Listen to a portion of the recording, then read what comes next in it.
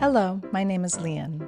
I started making puzzles about 10 months ago, and I started raising monarch butterflies a few months after that. I wanted to film a butterfly hatching next to a new chrysalis because it's amazing to see such a large butterfly emerge out of such a small pupa. I had my husband Bill snap this photo for me while I was filming so I could turn this moment into a puzzle. Part 1. Signing the puzzle.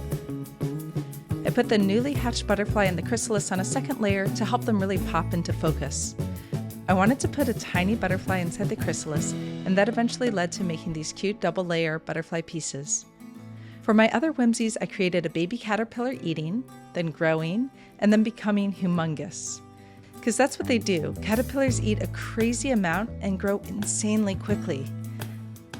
Then, of course, I needed a chrysalis whimsy and a whole lot of butterfly whimsies.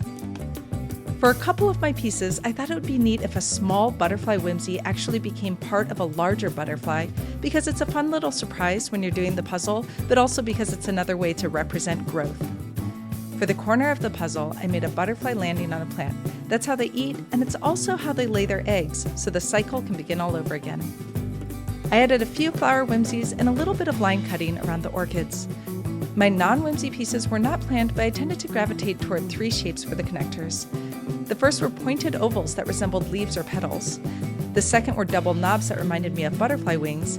And the last were swirls, which made me think of vines or antennae. My sister Lan created my Kratzky Puzzles logo, and my friend Tracy named the puzzle Pulelehua, which means butterfly in Hawaiian. Part 2. Making the puzzle. When making a puzzle, the first thing I do is print and cut the image. I attach it to 1/4-inch plywood with a spray adhesive, then weigh it down and leave it overnight. I use a saw to cut the edges, then sand them down with a belt sander, followed by a hand sander. I engrave my logo on the back and use 3 layers of wax to protect the front. Now it's ready to cut. I cut my puzzle using a DeWalt scroll saw that has an upgraded peggish chuck head, and go through several very small blades.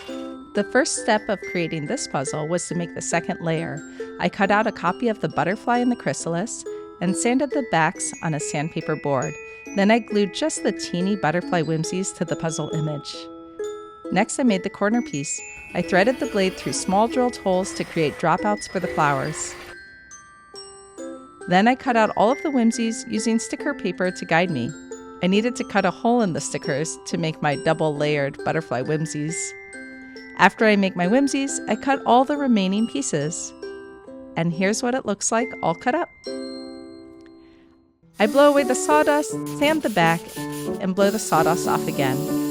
For my final touches, I check each piece for splinters, lifting edges, or sticker residue. Lastly, I finish the back with tung oil. When my puzzle is complete, I can engrave my box, glue on the image, and box the puzzle. I hope you enjoy this puzzle and that when you do it, you can feel the excited yet peaceful feeling I feel when I watch a butterfly hatch on a beautiful Hawaiian day.